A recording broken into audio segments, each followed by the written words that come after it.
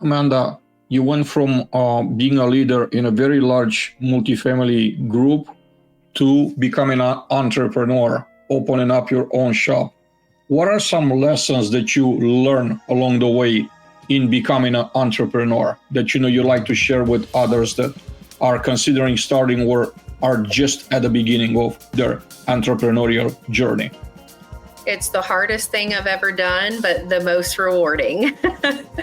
I think that this industry is tough, and you can't say that you're showing up every day for the paycheck, because it takes a lot of passion and purpose behind being an entrepreneur. But I'll say my lessons learned are probably more of the things I did wrong in my career than the things I did right. Some of those lessons can really sting along the way. But I've just found that you've got to be open with your team members. You need to empower people. I think most of the time our teams, they meet the bar.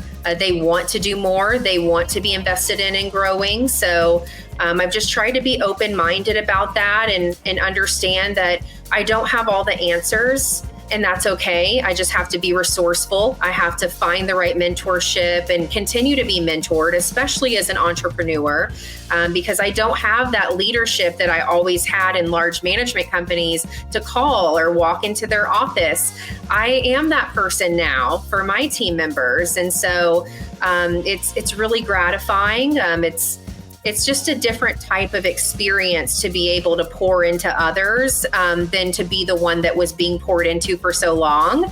But I do still actively seek that type of mentorship to continue my growth forward. I think everyone needs to be supported. What are some top qualities for someone to become a leader in a multifamily space? They need a lot of them.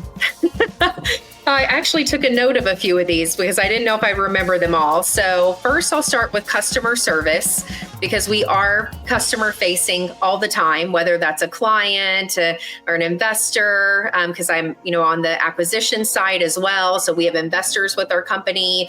It could be a resident, a vendor. So that's something that I think is really critical. You have to be a personable person and invest in those relationships. Also, attention to detail. I think that we probably had a good decade of really great, a really good market where you could be like an okay manager and do well on your deals. That's not the case now. I think really being able to scrub financials to look for the opportunities, that detail orientation is really important. Problem solving, we know no day is the same, so you have to love to do that as well.